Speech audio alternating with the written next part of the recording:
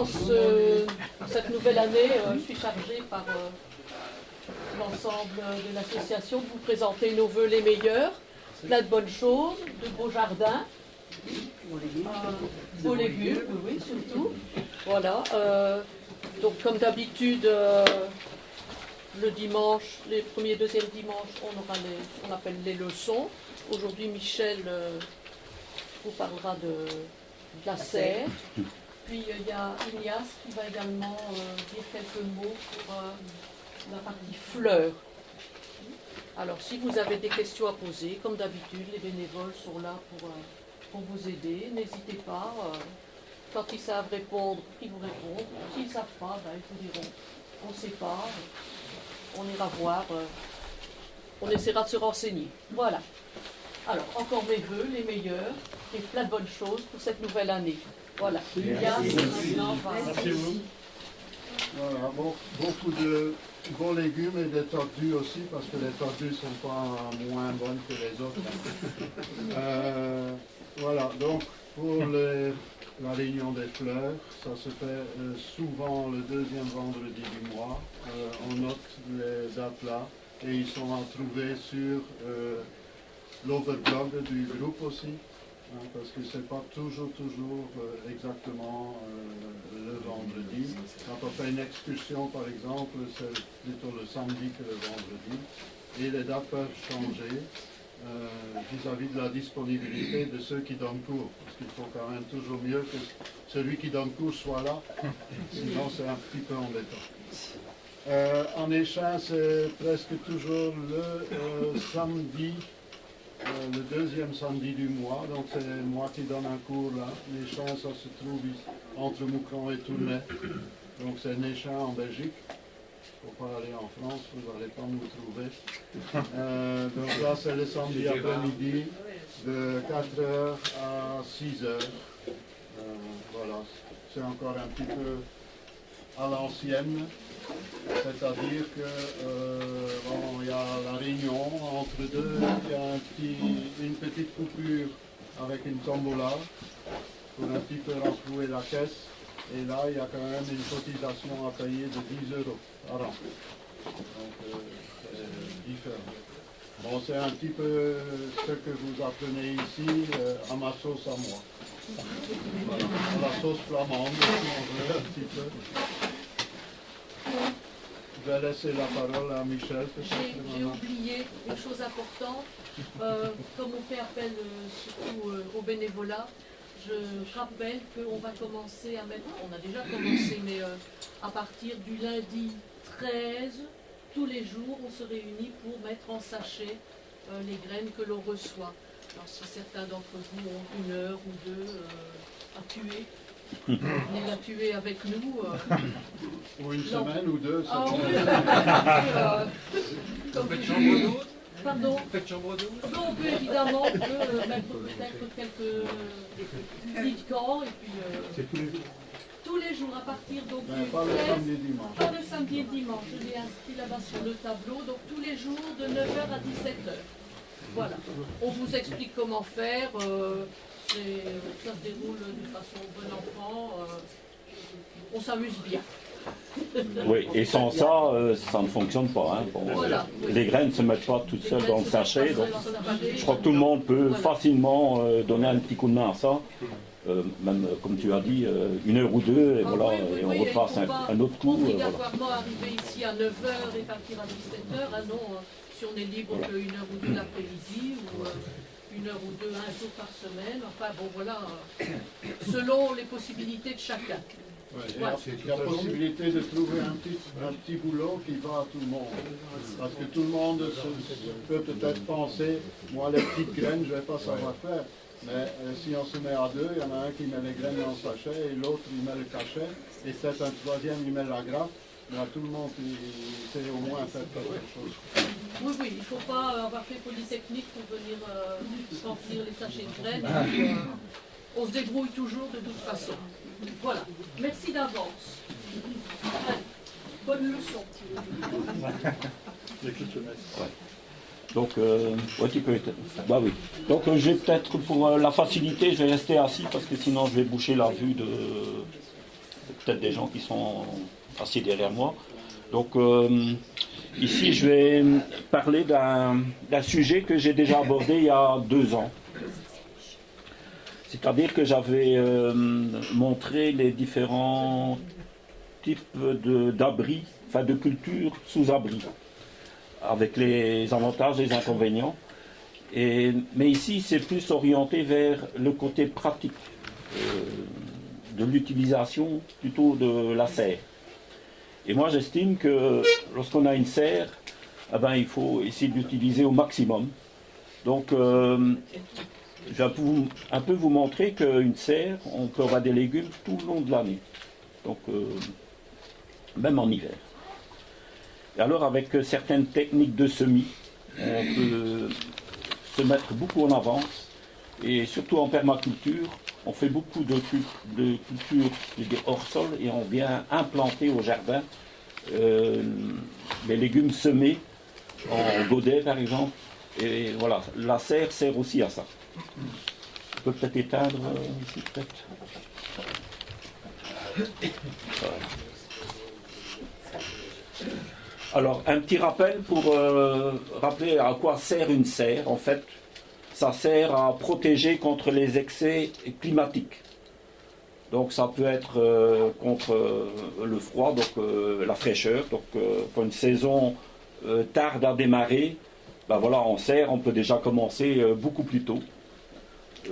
Aussi contre, bon, comme j'ai dit, du temps pourri, par exemple des pluies excessives qui nous permettent pas de travailler au jardin parce que le sol est détrempé, tandis qu'en serre, ben voilà, c'est tout à fait possible. Et alors on peut se mettre en avance en semant en godet.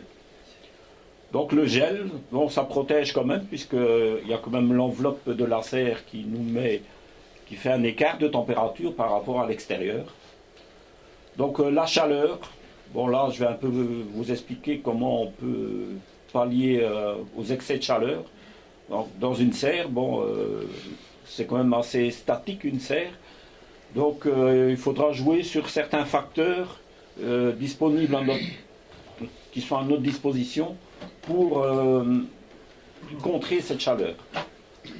Alors, contre les vents, parce que bon, parfois il y a des plantes sensibles, je pense par exemple aux plantes de tomates, ben, s'il y a beaucoup de vent et que vous plantez par exemple en pleine terre, ben, trop tôt, ben, voilà, on peut avoir des branches qui cassent aussi. Donc il y a des plantes quand même assez fragiles. Donc la serre nous permet aussi de se prémunir contre tout ça. Alors, un petit rappel, donc les composants d'une serre, on a bien sûr l'armature qui peut être en bois, en métal. Il y a l'enveloppe, c'est elle qui fait la protection. Donc ça peut être une bâche souple, ça peut être du plastique dur, ça peut être du verre. Et ça, j'ai expliqué ça il y a 2 ans, les avantages et inconvénients de chaque enveloppe. Ça, si vous voulez revoir ça, vous pouvez toujours consulter la rubrique sur notre blog et revoir ce cours-là. Voilà, ça vous fera un petit rappel, mais je ne reviens pas là-dessus maintenant. Alors, les ouvertures. Donc, en général, il y a toujours une porte quand même pour entrer. Et mieux, s'il y en a 2, c'est encore mieux. Donc, 2 portes à l'opposé. Alors, certaines serres sont aussi équipées de fenêtres, de toits. Surtout lorsqu'il n'y a qu'une porte, ben, en été, ce n'est pas suffisant. Il faut soit une deuxième porte à l'opposé, soit des fenêtres de toit qui permettent d'aérer par le haut. Donc, alors, le sol.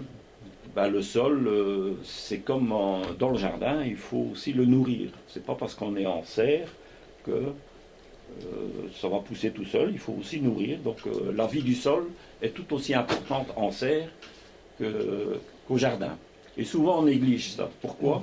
Parce qu'on fait beaucoup de semis dans les serres, et alors lorsqu'on met du compost et tout ça, c'est un peu ennuyant de semer dans du compost. Bon, alors Bon, je vous expliquerai un peu quand est-ce que c'est le mieux pour amender la terre. Alors, les tablettes de travail, c'est facultatif. Donc, par exemple, dans une serre comme ça, bon, on n'a pas forcément une tablette de travail, mais je vous assure que c'est très utile. Donc, on peut faire une étagère aussi et installer ça dans la serre, ne fût-ce qu'au printemps, pour pouvoir mettre tous ces semis. Parce qu'on va faire quand même beaucoup de semis hors sol. Donc, il y a le sol de la serre, mais il y a aussi des semis hors sol. Alors, donc il faut bien se dire qu'une serre, c'est quand même un milieu artificiel. C'est-à-dire qu'on isole des conditions climatiques extérieures. Donc ça veut dire qu'il faudra bien gérer la température, l'humidité, donc l'aération, donc la fertilité du sol. Donc ça c'est comme en pleine terre. Et alors surtout aussi la luminosité. Et alors il y a un équilibre aussi entre lumière et température. Ça je vais y revenir un peu plus loin. Alors, question de température. Donc pour les amateurs, on parle souvent de serre froide. Donc c'est quoi une serre froide? Donc c'est pas comme une chambre froide où on conserve des aliments. Non, une serre froide, ça veut dire que c'est une serre qu'on ne chauffe pas artificiellement. Donc, ni avec des résistances, ni avec une soufflerie d'air chaud. Donc, c'est simplement le rayonnement solaire qui réchauffe l'atmosphère de la serre. Et c'est rien que ça. Parce que les professionnels, eux, pour vraiment hâter les cultures, c'est surtout des plants qu'ils veulent vendre, par exemple les fleurs, etc. Il faut qu'ils soient en primeur, c'est-à-dire très tôt, pour que ça devienne rentable pour eux.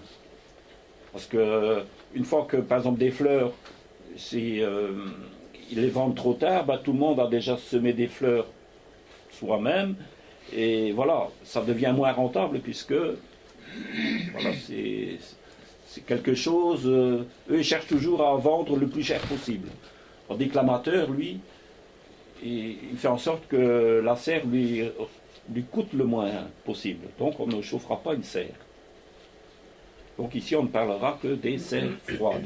Disons qu'eux aussi, ils aiment bien vendre deux fois aux mêmes personnes. Quand on les achète beaucoup trop tôt, on les met dehors, ils sont gelés. Ouais, voilà.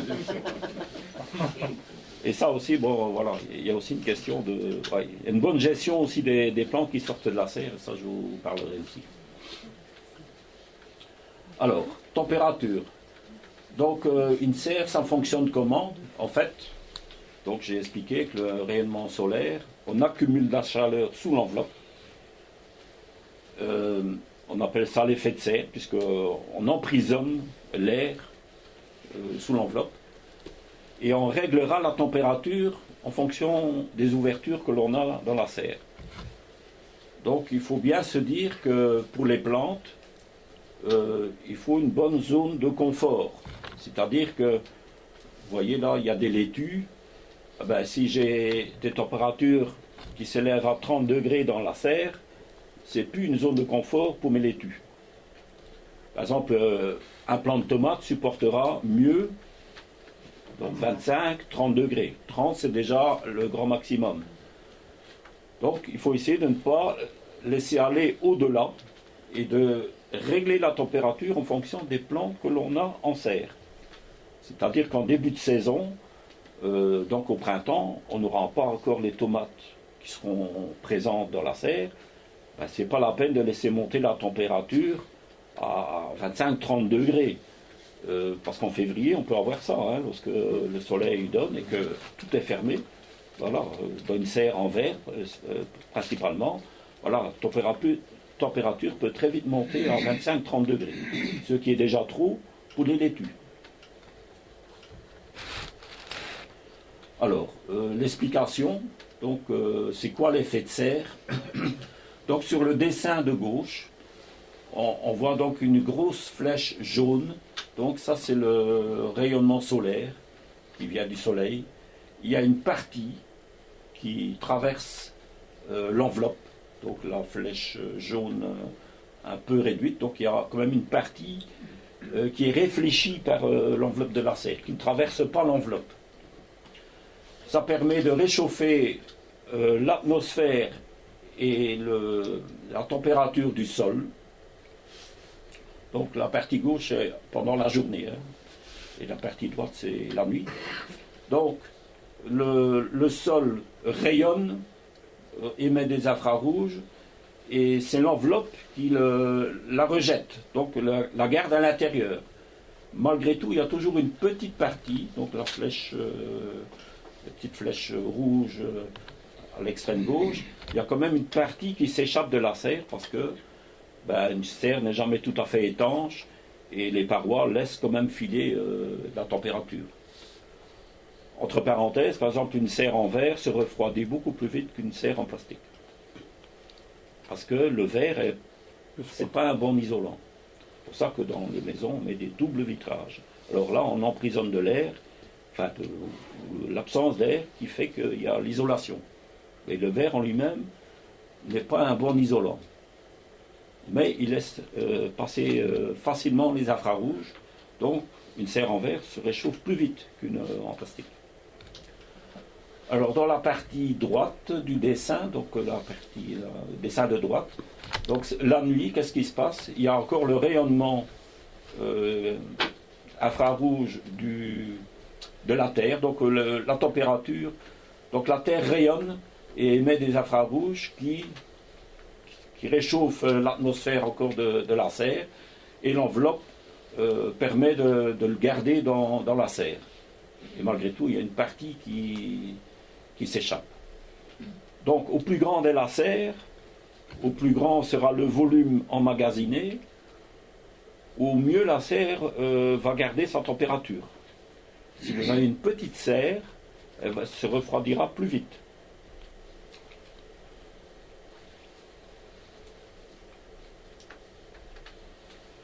Alors, il faut faire attention à la surchauffe, parce que les conséquences sont parfois catastrophiques. Voilà, les plantes peuvent souffrir d'excès de chaleur. Les plantes peuvent filer parce qu'il y a trop de chaleur par rapport à la lumière. Donc ça, je vais revenir là-dessus après. Et alors, les plantes peuvent monter prématurément à graines. Par exemple, une laitue, voilà, en fin du printemps, dès que la température augmente, les laitues auront tendance plus vite à monter.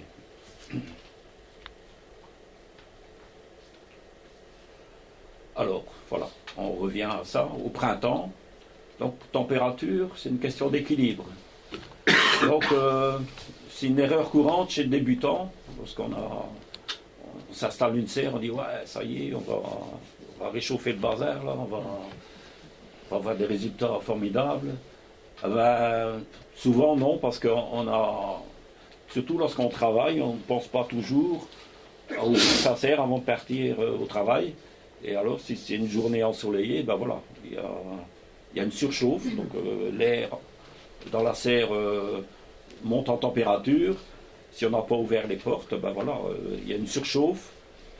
Et alors, au printemps, on a encore des jours courts, c'est-à-dire que les longueurs du jour sont assez courtes, c'est-à-dire que par rapport à la chaleur et la longueur de la journée, il faut toujours un équilibre, c'est-à-dire que au plus qu'on monte en température, au plus de lumière qu'il faut. Alors, les professionnels, eux, font autrement. Ils équipent leur serre avec des lampes artificielles. Donc, pour produire des plantes plus vite, ils chauffent et en même temps, ils éclairent. Donc, pour nous, c'est encore exclu, ça. Donc, pour éviter que la chaleur monte trop par rapport à la lumière, il faut diminuer la température dans la serre. Donc, il faut aérer la journée pour éviter une surchauffe. Et bien sûr, il faut tenir compte du type de légumes qu'il y a en serre. Donc, si c'est des laitues, pas de problème. Bien sûr, si vous avez des tomates, qui sont là, soit en pot, soit déjà plantées, Il faut tenir compte de ça. Donc eux vont supporter, allez, minimum c'est 12 degrés pour eux. Une laitue supporte 5 degrés, hein, et même parfois le gel. Voilà, toujours un équilibre entre chaleur et lumière. Donc c'est la même chose pour les semis que l'on fait en bac, par exemple à l'intérieur. On met le bac au coin, sur une tablette de fenêtre, et on sème là, par exemple des laitues. Ben la lumière qui traverse la vitre, c'est pas suffisant par rapport à la chaleur qu'on a à l'intérieur de la maison. Donc si on fait des semis de laitue à l'intérieur de la maison sur une tablette près de la fenêtre, ben en général on n'a pas assez de lumière. Donc il faut que, par exemple dans une véranda où c'est moins chaud, là on a la température est moins importante par rapport à la quantité de lumière qui est apportée à la plante. Donc s'il y a trop de chaleur par rapport à la lumière, ça file. C'est ça qu'on a des plantes qui filent, qui sont voilà, toutes fines et qui ne tiennent pas le coup. Hein. Donc si on veut des plantes trapues, il faut aérer, faire baisser la température. Le soir, on doit refermer alors, quand la température est trop Je vais en revenir en fonction des saisons. Donc, c'est en fonction des saisons. Alors, en général, on a trop tendance à fermer. C'est vraiment en hiver, lorsqu'il gèle, qu'on ferme. Mais la journée, il faut ouvrir la serre en hiver aussi. Et parfois, pas grand ouvert, mais voilà, partiellement. Alors, l'humidité, ben, c'est aussi, bon, je rappelle qu'on est en milieu artificiel, ben voilà, c'est le jardinier qui va devoir apporter l'humidité dans la serre. Et ça aussi, ça varie selon la saison.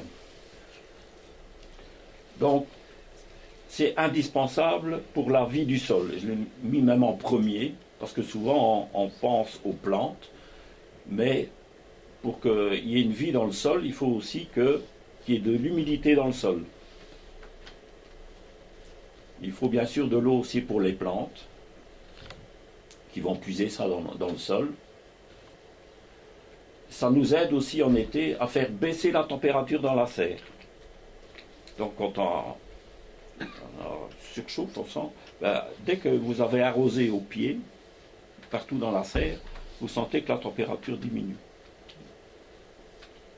Donc vous apportez quand même un élément plus frais. Voilà. Donc, et un confort pour les plantes.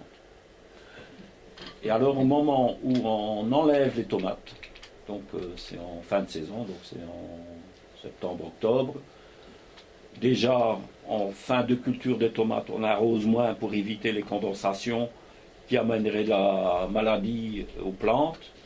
On arrose moins, les plantes en ont besoin moins aussi puisqu'il fait moins chaud. Alors notre sol est plus ou moins assoiffé, n'a pas assez d'eau avant de remettre une autre culture, parce qu'après les tomates, on remet des cultures, hein. Donc on ne laisse pas ça servir en hiver.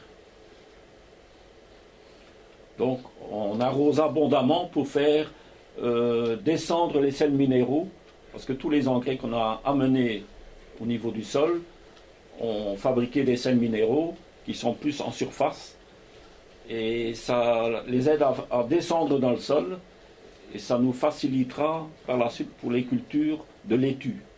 Parce que si on a trop de sels minéraux en surface, les laitues ne poussent pas bien. Ça fait un gros pied et ça ne fait pas une belle pomme. Alors l'arrosage, bon, beaucoup de gens parlent du goutte à goutte, ou bien est-ce qu'on arrose au goulot? Alors moi je dirais le goutte à goutte. Moi, je ne suis pas partisan. Pourquoi? Parce que moi, bon, je suis quand même présent maintenant à la maison. Je peux arroser quand je veux. C'est tous des systèmes bon, coûteux qu'il faut parfois déboucher. Voilà. C'est assez difficile à régler. Mais pour les gens qui travaillent et qui ne sont pas là de la journée, bon, voilà, ça permet quand même d'arroser. Ou lorsqu'on part en vacances et qu'on n'a personne disponible pour venir arroser la serre, ben voilà, ça permet quand même de faire survivre ces plantes. Alors, le goutte à goutte, c'est des petites quantités, donc c'est souvent réglé uniquement pour abreuver la plante. Et moi j'estime qu'il n'y a pas que la plante dans la serre, il y a aussi le sol qui doit aussi avoir de l'humidité et qui doit vivre et qui va en même temps décomposer les matières organiques qu'on a mis en surface et qui vont l'intégrer au sol. Et tout ça c'est de l'engrais pour après, pour les cultures qui viennent après.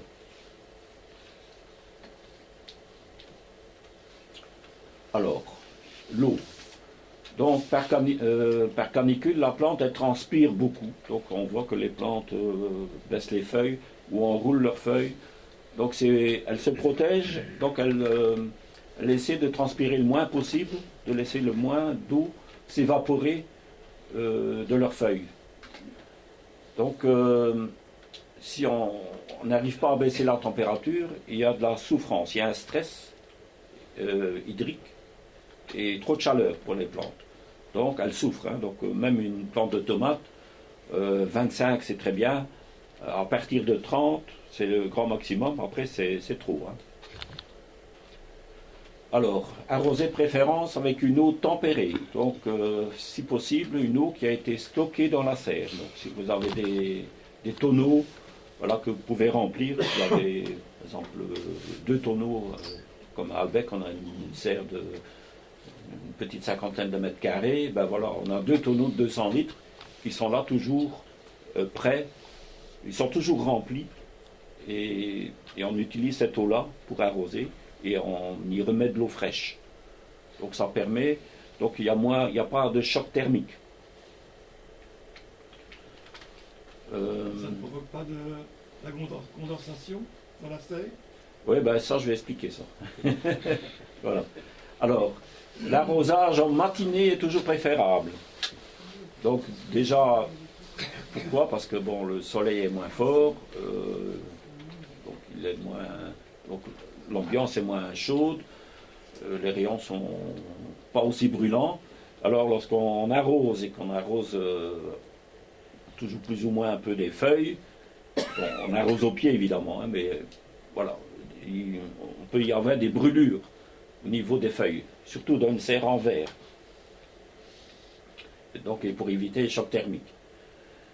Donc, si on arrose le soir, donc ça apporte beaucoup de condensation. Pourquoi? Parce que la température dans la serre baisse et la condensation se fait sur les parois les plus fraîches. Ça peut être l'enveloppe, ça peut être les plantes. Qui dit beaucoup de condensation, voilà, ça fait beaucoup d'humidité sur la plante, ça peut entraîner les maladies. Donc le mildiou se développe sur les feuilles des plantes mouillées, qui sont constamment mouillées. Tandis que si on arrose en matinée, avec l'ambiance chaude de la serre, il y a tout ce qui aurait pu être condensé sur les feuilles est évaporé. Donc c'est aéré, avec les ouvertures on a aéré. Donc voilà, on n'a plus cette humidité stagnante sur les feuilles. Alors il ne faut pas oublier aussi d'arroser l'hiver. D'autant plus si on y a mis des légumes, et même si on n'y a rien mis, il faut quand même arroser la terre, parce que la terre elle doit rester vivante. Donc une terre sèche, si on n'arrose pas une serre en hiver, même si elle est vide, ben la terre elle devient morte, donc ça devient de la poussière. Donc on arrose aussi pour la vie du sol. Et je vous montrerai qu'on a tout avantage à la remplir avec des légumes. Voilà, donc ouais, ça je l'ai déjà dit, mais c'est arrosé bon, régulièrement évidemment, particulièrement à la fin de la saison après les cultures de tomates. Voilà, la serre est pratiquement vide, donc on a tout le loisir d'arroser abondamment. Et ça réactive la vie du sol pour les cultures qui suivent. Donc l'aération des serres, donc ça c'est un autre facteur important. Donc l'aération, ça permet de mieux contrôler la température. Donc voilà, donc en été, on laissera par exemple toujours au moins une porte ouverte. Donc ça évite les condensations. ça évite le confinement. Donc un air qui est emprisonné, par exemple dans les serres tropicales, ben, c'est plus propice aux maladies cryptogamiques. Donc tout ce qui est mildiou, odium, etc. Ça permet aussi de laisser entrer les pollinisateurs. Parce que une ambiance trop chaude, les pollinisateurs ne vont pas entrer. Donc pour eux, c'est trop chaud. Par contre, si c'est aéré, vous allez voir qu'il y a malgré tout des bourdons qui vont entrer dans la serre. Bon, les tomates sont principalement fécondées par, pas spécialement les insectes, mais le fait de passer entre les pieds de tomates, c'est par le vent plutôt. Donc rien que le fait de passer entre deux, ou quand il y a un léger courant d'air, ben voilà, ça permet aussi une pollinisation.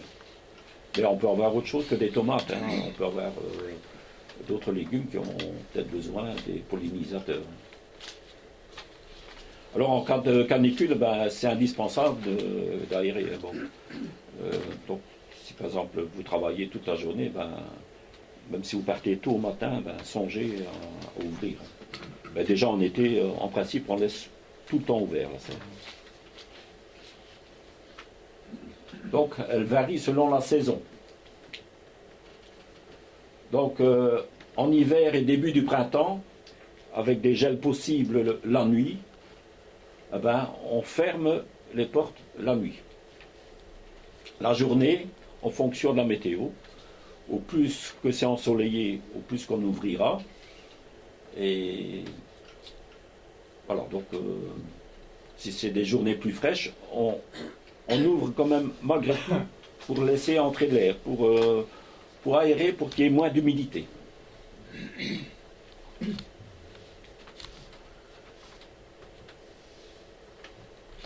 Alors en été, donc c'est une aération continue, jour et nuit. Donc on laisse ouvert, des portes, il y en a même qui débâchent. Donc photo de droite, on débâche carrément la serre. Bon. Maintenant on trouve aussi beaucoup de serres avec des parois latérales qu'on peut relever. Je trouve que c'est pas mal ça. Je trouve qu'il y a beaucoup moins de surchauffe et l'air passe et c'est à l'abri de la pluie. Donc ça c'est... Je trouve que c'est des bonnes façons de faire. Et beaucoup de professionnels travaillent comme ça maintenant. Donc en cas de grosse chaleur, ben, aération maximum, donc deux portes. Si c'est deux portes opposées, c'est l'idéal, parce qu'on crée un courant d'air la journée, donc ça permet d'éviter les surchauffes. Et voilà, si on a des fenêtres de toit, les ouvrir, ou bien, encore mieux, surtout pour les serres en verre, il existe des petits pistons automatiques qui s'ouvrent automatiquement avec la température. Donc ça c'est vraiment utile. Je trouve ça vraiment intéressant. Je conseille quand même de les rentrer. Donc on sait dévisser les petits pistons et les rentrer l'hiver parce que c'est un liquide qui est dedans, un liquide de composition secrète. Et voilà, plus ou moins, quand vous avez eu des hivers rudes, ça peut geler, et alors c'est moins efficace, ça n'ouvre plus autant.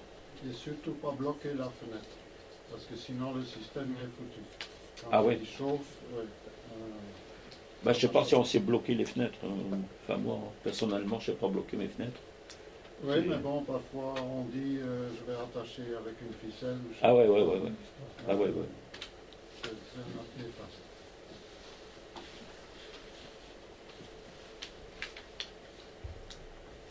Alors, la luminosité. Voilà, donc ça c'est vraiment important de bien saisir ça, le rapport à la lumière et la chaleur. Donc c'est vraiment intimement lié pour bien réussir ces semis. Il faut un bon équilibre entre les deux. Donc ça veut dire qu'au début du printemps, les jours sont plus courts, donc il faudra chauffer moins, parce que sinon on risque de faire filer les semis. Et au plus que les journées s'allongent, au plus qu'on peut tolérer des températures un peu plus élevées. Donc parce que s'il n'y a pas assez de lumière, voilà, ça a tendance à faire pousser la plante, mais vu que les jours sont trop courts, ben voilà, elle cherche la lumière pour se développer.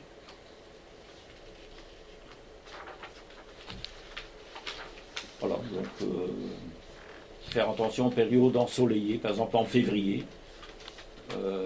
En février, on peut avoir, si on ferme sa serre, une serre en verre, on peut avoir 25-30 degrés sur une matinée, donc facilement. Donc, le message c'est aérer, donc c'est le seul moyen pour nous de garder des plantes en bonnes conditions. Alors, toujours garder l'enveloppe propre, c'est-à-dire que, par exemple, si vous avez des vitres, ben voilà, c'est facile, on peut nettoyer. Je dirais 1 à 2 fois par an. C'est en fonction de l'exposition. Vous êtes plus à l'ombre, vous risquez d'avoir plus vite des algues sur vos vitres. Donc, l'enveloppe à l'extérieur et à l'intérieur, parce que la condensation qui se fait sur l'enveloppe peut entraîner aussi un dépôt d'algues à l'intérieur. Donc il faut nettoyer les deux côtés. Les bâches en plastique, c'est la même chose. Hein. Donc les bâches PVC, il faut nettoyer ça aussi. Donc s'il y a moins de lumière, il y a moins de photosynthèse. Donc la plante transforme moins ce qu'elle a puisé dans le sol pour faire des sucres, pour développer ses feuilles. Donc il y a plus de concentration de nitrate dans un légume, et on sait que trop de nitrate peut se transformer en nitrite dans certaines conditions, et ça peut apporter un risque pour la santé. Donc ça veut dire que les plantes en serre, en hiver, contiendront quand même plus de nitrate que à l'extérieur. Pourquoi? Parce qu'elles poussent malgré tout, mais elles ont moins de lumière pour transformer pour faire la photosynthèse. Donc ça veut dire aussi qu'il ne faut pas engraisser, donc mettre de l'engrais avant l'hiver pour vos légumes. Il ne faut pas en ajouter. Parce que vous créez... donc il y a plus de nourriture, plus de nitrate. Voilà. Donc c'est... Moi, j'estime qu'il faut engraisser le sol quand la vie du sol est très active, donc en pleine saison, donc en été. Alors, il faut aussi penser à remplacer les bâches ou les plastiques rigides quand elles deviennent trop opaques, qu'on n'arrive plus à les nettoyer, quand elles sont vieillies, ou bien percées. Ben voilà, il faut aussi les remplacer parce que là aussi, systématiquement, vous n'avez pas assez de lumière. Même en été, vos plantes vont filer, parce qu'il n'y a pas assez de lumière dans votre serre. Il est trop chaud. Alors, autre facteur, le sol. Donc, il faut bien le nourrir. Il faut savoir qu'une serre, elle produit 3 à 4 fois plus de légumes qu'en pleine terre. C'est-à-dire qu'on l'utilise toute l'année, comme ça, ben, ça permet de... Donc, les plantes poussent plus vite, puisqu'elles ont de meilleures conditions. Et forcément, on y met beaucoup plus. On enlève et puis on remet tout de suite autre chose. Donc ça permet de produire beaucoup de légumes, mais il faut que la terre suive. Hein. Donc il faut la nourrir. Alors, donc il faut essayer de garder un bon taux d'humus dans la serre. Donc il faut, comme en pleine terre, mais encore plus, il faut nourrir le sol. Donc, apport de compost, de broyat, de matière organique. Donc, ça peut être du fumier un peu décomposé, de la paille, des déchets végétaux, donc des restes de plantes de tomates, ben voilà, on peut les recouper et les laisser sur place. Un peu de tonte de gazon, des feuilles mortes, voilà. Tout ça, ça nourrit le sol et ça va nourrir ensuite les plantes. Pour certaines plantes, on peut parfois encore ajouter un peu de poudre de corne, poudre d'os. Voilà. Donc ça, c'est en fonction de si ce sont des plantes gourmandes ou bien pas. Donc tomate, c'est assez gourmand. Alors moi j'estime que nourrir le sol pendant les cultures, c'est la façon la plus simple. On n'est pas gêné lorsqu'on fait des semis au printemps par des restes de déchets organiques qu'il faut quand même écarter. Donc moi je nourris le sol entre les plants de tomates. Voilà. Donc je mets un bon paillis, du compost, du fumier décomposé, voilà. Et en même temps ça fait une nourriture, ça fait une protection contre l'évaporation. On va voir ça après. Voilà. Au pied des solanacées, donc tomates, poivrons, aubergines, tout ça, ça tolère bien une couverture de sol. Alors le paillage, ça permet de garder l'humidité. Donc on conserve mieux l'humidité dans le sol, donc il y a moins d'évaporation. En même temps, on nourrit le sol. Il faudra moins arroser. Donc il y aura moins de condensation. Donc et moins de risque de maladie. Donc c'est tout avantage.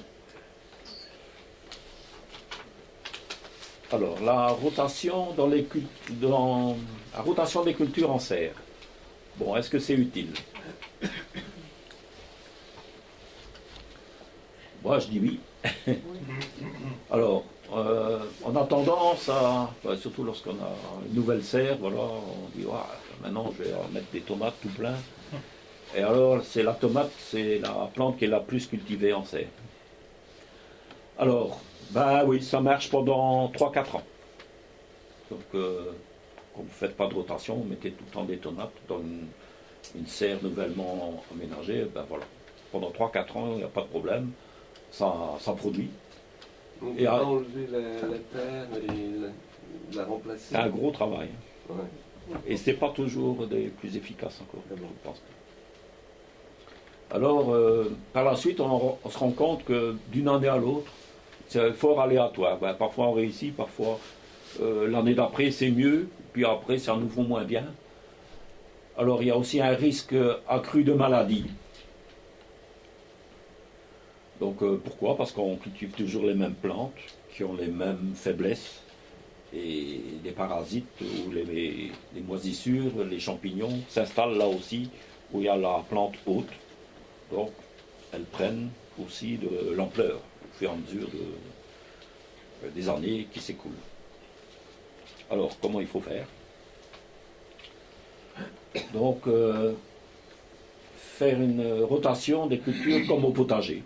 Donc c'est vrai qu'en serre, c'est un peu plus compliqué si c'est une année sur 4 qu'on peut mettre des tomates dans sa serre, c'est un peu pas la peine de mettre une serre non plus alors. Alors déjà, rien que le fait de l'utiliser pour des cultures différentes pendant l'année, c'est-à-dire qu'en été, évidemment, il y aura une partie consacrée aux tomates, mais après les tomates, il y aura par exemple des scaroles, des endives frisées, donc qui sont des légumes d'une autre famille, donc qui n'ont pas les mêmes faiblesses, pas les mêmes besoins. Donc plus ou moins, il y aura déjà une rotation qui se fait, puisqu'on ne cultive pas toujours la même chose pendant toute l'année.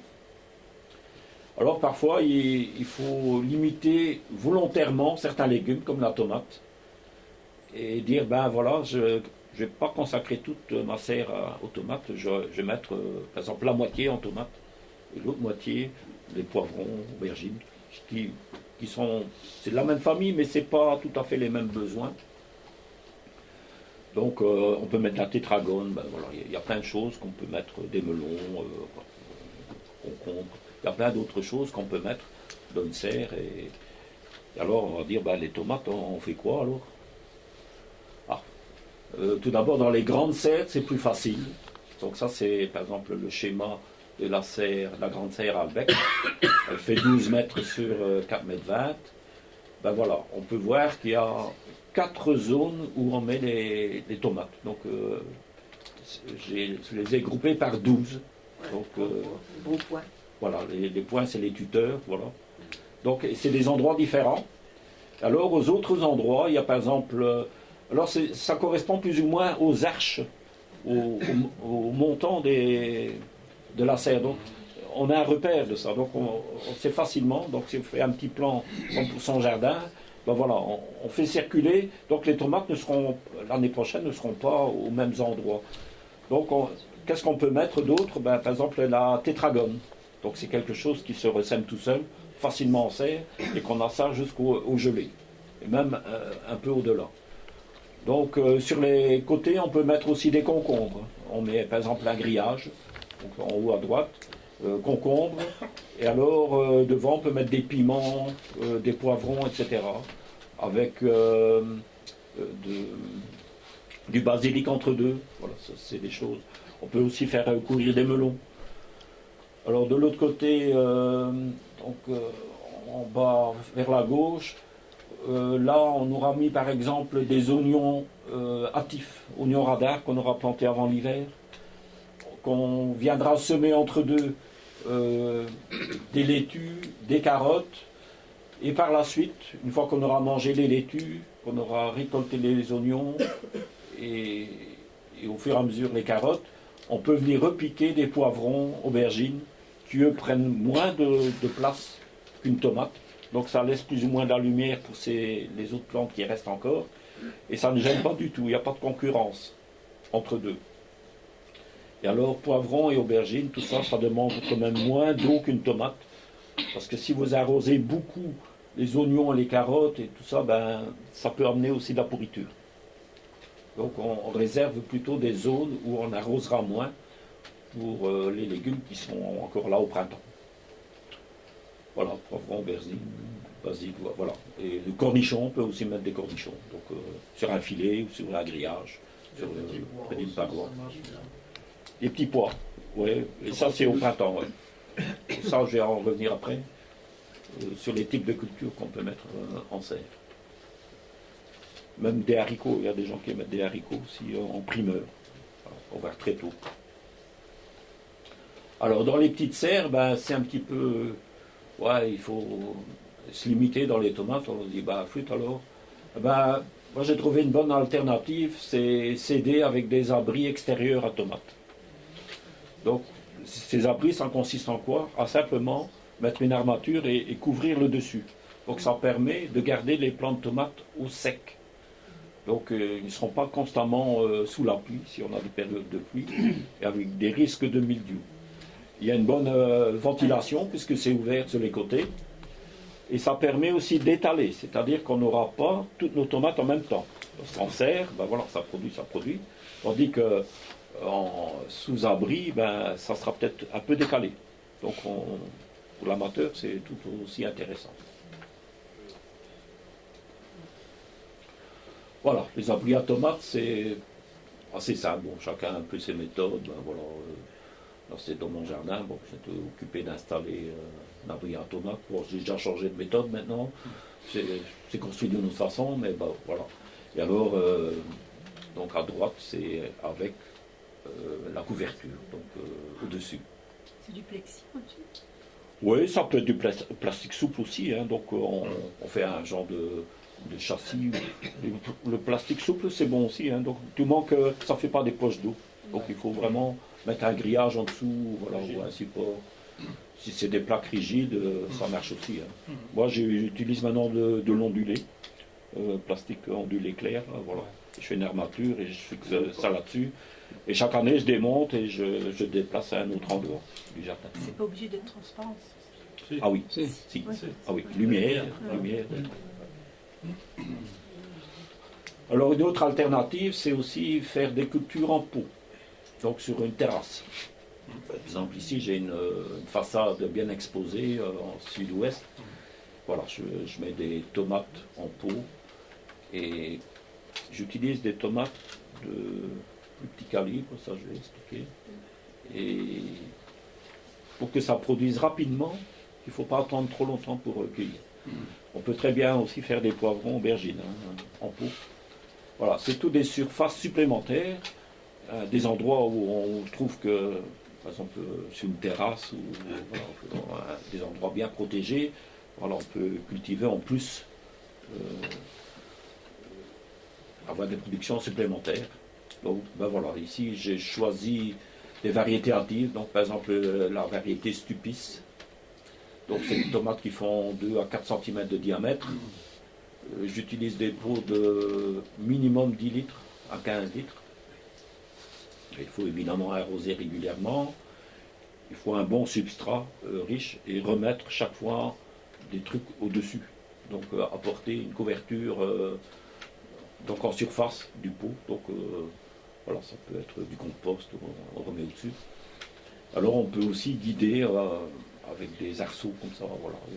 Et ça monte jusque en sous-toiture, donc pincer, voilà, c'est très facile.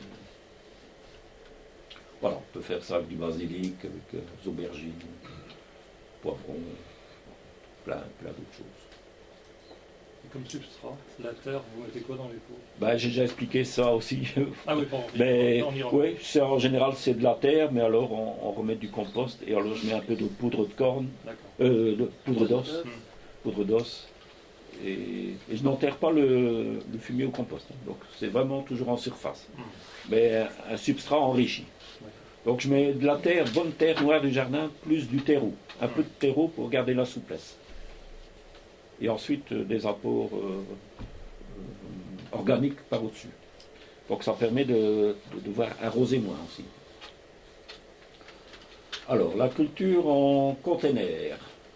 Donc on peut avancer sérieusement ces cultures en se servant de pots, de terrines, de godets individuels, des plaques alvéolées, ou des presse-mottes, ben, tout ça, c'est tous des accessoires très utiles en serre.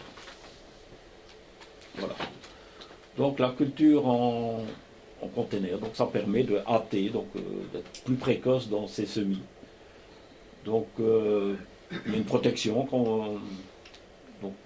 contre les températures fraîches, le vent n'a pas d'impact non plus. Les gelées blanches, ben voilà, on les évite quand même dans une serre.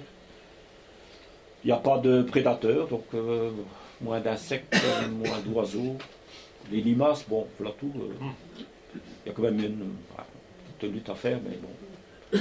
Parfois moins importante qu'à l'extérieur.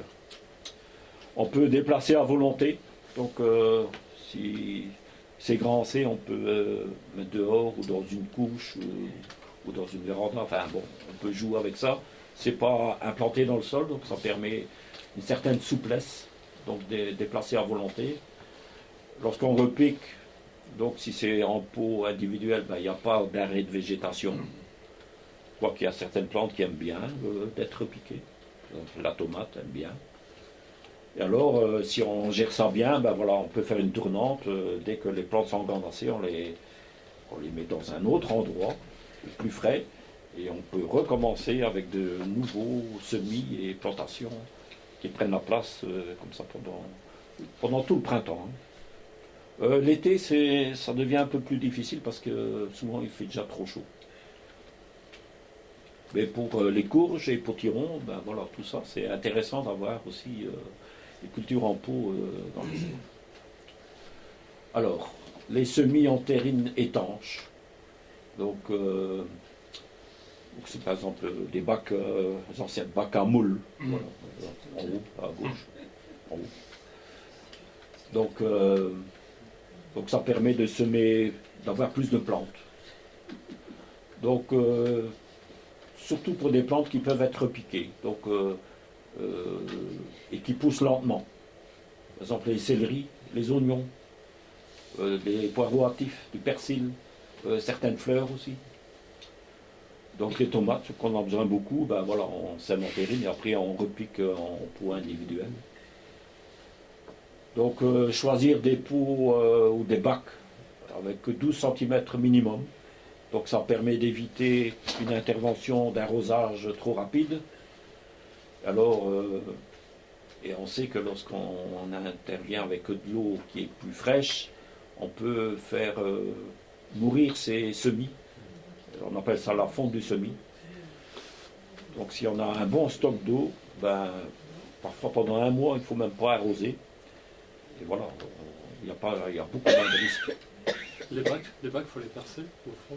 Non, ben, là non. Mais il y a une autre méthode, il y a deux méthodes différentes.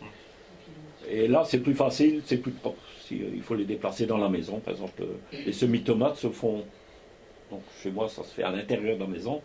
Et alors, quand il fait bon, qu'ils sont déjà d'une certaine grandeur, je viens les mettre en serre en fonction de la température qu'il y a dans la serre. Pour qu'il n'y ait pas de surchauffe, pour qu'il y ait plus de lumière, ils aient moins chaud, ils viennent plus trapus. Voilà, c'est ça la technique. Donc, il y a certaines plantes qui aiment le repiquage. Bon, par exemple, les tomates, les céleris, les choux, les poivrons, et alors beaucoup de fleurs aussi, parce qu'en même temps, en repiquant, ça devient plus trapu. Il y a un petit arrêt de végétation, mais ça permet que la plante est plus étoffée, elle fera plus des branches latérales, donc c'est intéressant. Alors, le repiquage, voilà, ça permet de renforcer les plantes. Donc, il y a un arrêt de végétation, ils doivent se remettre à pousser. Donc, certaines plantes supportent très bien, et ça permet aussi de mettre dans une ambiance un peu plus fraîche. Donc, ils vont moins avoir tendance à filer. Alors, les cultures en godet ou en pot, donc là, c'est différent. On a des pots individuels, percés, que l'on pose dans un bac où on fait verser de l'eau en dessous. Donc, l'eau remonte par capillarité. Donc, très intéressant d'utiliser, par exemple, des pots de fleurs moyens, plastique, voilà, pour des petites quantités, par exemple des variétés de tomates que j'ai besoin moins, ben voilà, j'en sème une 10-12, ben voilà, c'est suffisant, ben voilà, ça permet, au lieu d'avoir un grand bac avec plein de terreau, donc ça permet d'économiser un peu le substrat aussi. Donc, et pour les plantes qui ne supportent par exemple pas le repiquage, tout ce qui est courge, donc potiron, courgette, tout ça, ça détend de pot individuel. On peut en mettre une ou deux graines par pot, et ensuite on élimine le plus faible. Et voilà, donc ça permet, donc ces plantes-là ne supportent pas d'être transplantées à racines nues. Donc il n'y a pas de stress au repiquage, puisqu'il n'y a pas d'arrêt de végétation. Donc l'inconvénient, c'est qu'il faut un bac récepteur pour mettre l'eau, donc il faut des bacs étanches en dessous. Et on utilise moins de terreau. Donc et c'est plus facile à déplacer aussi, donc voilà. Alors, les semis en pot et avec repiquage ultérieur. Donc les laitues, ça convient très bien. Donc laitues semées, voilà, en pot, et ensuite on les repique. Les choux, pareil. Donc pour hâter la culture des choux, on peut semer en pot, en serre, mais ensuite très vite, si la température s'élève, le chou a tendance à filer. Donc on n'aura pas des beaux choux bien trapus. Donc ça demande un repiquage, soit en barquette, ou soit à l'extérieur en couche, ou bien même en pépinière. Ça, je vais vous montrer tout ça. Les semis en plaques alvéolées. Donc ça permet, donc c'est des encore plus petites quantités de substrat qu'on utilise. Donc ça prend moins de place. Les plantes sont plus petites, mais il faut les repiquer beaucoup plus vite aussi. Parce que souvent le substrat, vu qu'il est en moindre quantité, ne suffit plus. Donc par exemple une laitue, ben, ça va très bien. Donc, par exemple dans les plaques alvéolées, là, vous voyez la quantité de laitue, vous mettez une graine par alvéole. Et voilà. Et alors il y a un petit trou en dessous, il suffit de pousser avec le doigt. Et voilà, on récupère le petit dé et on le repique déjà, par exemple en serre ou en couche ou à l'extérieur. Donc c'est plus sensible à la déshydratation. Pourquoi? Parce qu'il y a moins de substrat. Donc il ne faut pas non plus que vous noyez le bassin en dessous et que le substrat est constamment dans l'eau. Parce que là, tout va pourrir aussi. Donc, au moins de substrat qu'on utilise, au plus délicat que sera la culture. Il faut être plus présent, plus attentif. Quand vous avez une plus grande quantité de substrat, là, c'est plus souple à l'utilisation. Donc ça, un peu à vous à voir et à essayer. Donc quand on utilise les alvéoles, par exemple en bas, là, ben, les professionnels utilisent des feutres qu'ils utilisent pour poser dans les bacs. Ils mettent de l'eau et la feutrine prend l'eau et ensuite les radicelles ou le substrat pompe dans cette feutrine. Donc il prend juste ce qu'il a besoin et il n'y a pas d'excès. Alors, pas oublier d'endurcir les plantes. Lorsqu'une plante a été élevée en serre, elle est quand même plus fragile, elle a été chouchoutée, donc il faut l'endurcir.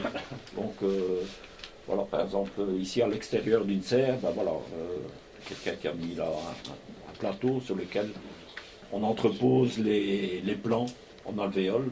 Ça permet de les endurcir avant le repiquage à l'extérieur. Parce Donc que le choc thermique, c'est important. Hein. On les sort le jour, on les rentre la nuit, non? Si c'est des plantes fragiles, oui. Oui. Donc si vous avez des nids, risque de gel ou une plante qui ne supporte pas le froid, par exemple une tomate, ben voilà. Ça veut dire quoi endurcir? Ben, endurcir, c'est pour qu'elle s'habitue au climat naturel. Parce qu'en serre, c'est confiné, enfin c'est protégé.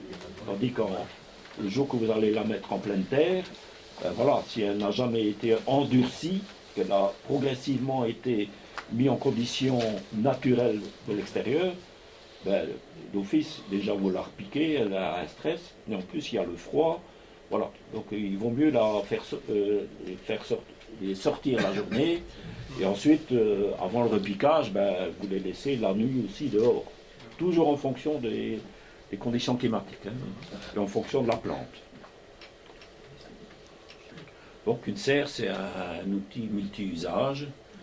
Donc, ça permet d'obtenir des primeurs très rapidement, donc, au niveau du sol, donc en semant activement des laitues, des oignons, des radis, etc. Un peu de tout.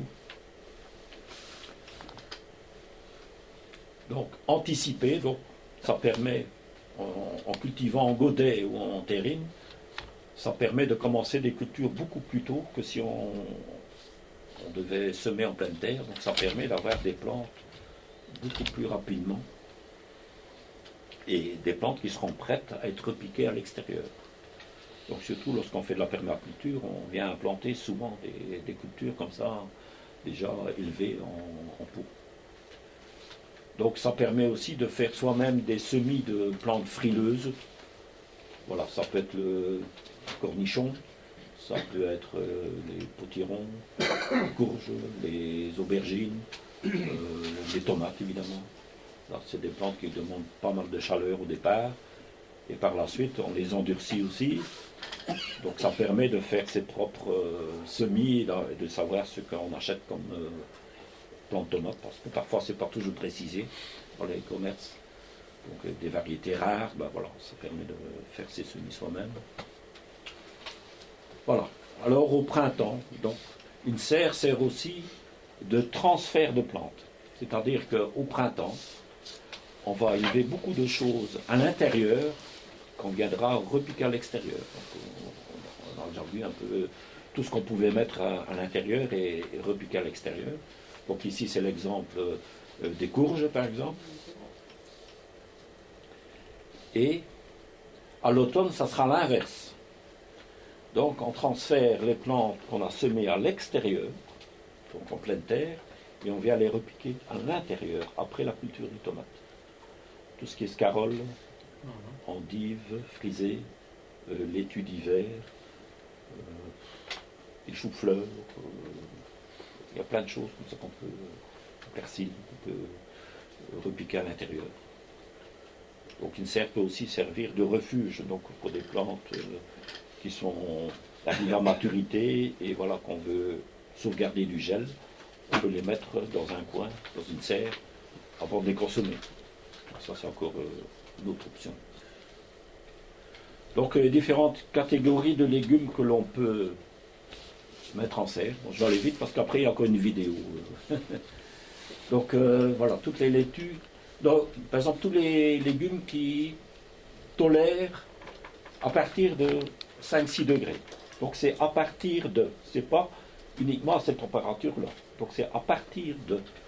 Donc on peut semer des laitues, des épinards, des choux-fleurs hâtifs, de la mâche, des poireaux hâtifs, des petits pois, des oignons hâtifs, cresson, clayton, ça pousse tout seul d'ailleurs. Donc à partir de 12 degrés, mais il y a les autres qu'on a déjà cités qu'on peut encore toujours semer. Hein. Donc les laitues, on peut encore toujours les semer à partir de 10-12 degrés. Donc c'est 10-12 degrés dans la serre ou à l'extérieur? Oui. Dans la serre. Dans la serre, hein, c'est dans la serre. Hein, je parle bien de la serre ici. Donc les semis de carottes hâtives, du cerfeuil, donc encore les poireaux hâtifs, et alors tous les choux. Donc là, c'est souvent en pot, voilà, et qu'on repique par la suite. Et voilà, ils poussent bien à partir de 10-12 degrés. Dans des catégories à partir de 16-20 degrés. Donc ça, c'est vraiment déjà les premiers frileux. Les courgettes, les haricots verts, donc ceux qui veulent faire vraiment des cultures de haricots verts, quelques lignes en serre directement, ou bien en godet et repiquer à l'extérieur. Donc pour avoir un peu plus tôt qu'à l'extérieur. Les maïs, les tomates, ben les semis, je dirais, il faut 20 degrés quand même. Bon. Après, une fois qu'ils sont plus grands, ils tolèrent 12 degrés, mais pour lever, il faut au moins 20 degrés. Aussi bien jour que nuit. Oui. La nuit, ouais, pas en dessous de 12 degrés. Ouais. Voilà. Ouais. Sinon, il y a un arrêt de végétation et ouais, c'est pas propice. Et voilà un peu donc ceux qui ont besoin de plus de 20 degrés. Donc aubergines, concombres, cornichons, tout ce qui est courge, potiron, poivron, piment. Le basilic très frileux aussi. Très frileux, lui. À 0, il est mort. Dès que les feuilles viennent vert pâle, jaune là, c'est qu'il y a eu trop froid. Donc encore plus frileux que la tomate. Voilà. Donc l'objectif pour moi c'est d'avoir une serre bien remplie toute l'année. Donc toute saison. Donc aussi bien printemps, été, automne, hiver, même en hiver. Ici, on va peut-être passer à la... Donc j'ai une